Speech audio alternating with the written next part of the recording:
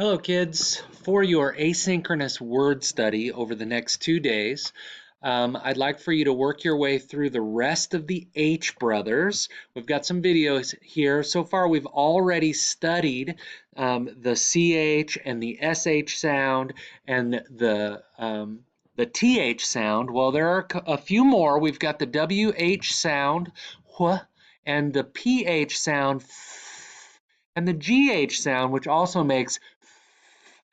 So what you're going to do is you're going to click into these videos and watch each one of the videos, and in your word study notebook where you've been keeping track of the words that have been in our videos, you've got a list of CH words, you've got a list of SH words, and as we go on, we made a list of TH words on Tuesday. You're going to add a few new sections here. You're going to add a section for words that have WH.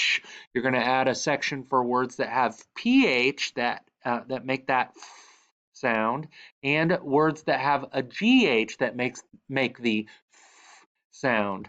GH is a little bit tricky because sometimes it's completely silent, like in the word through or though, but sometimes it does make that sound, like in laugh, L-A-U-G-H.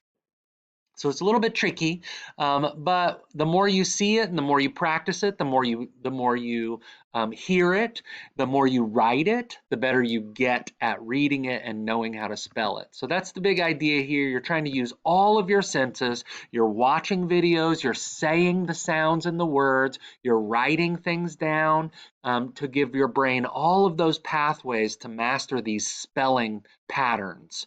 So the idea is that eventually you have these spelling patterns down so that when you want to write words that you want to use, you have an idea how to actually spell these sounds. So you're saying them, you're looking at them, you're reading them, and you are also writing them. And all of those will help your brain remember them for a long term.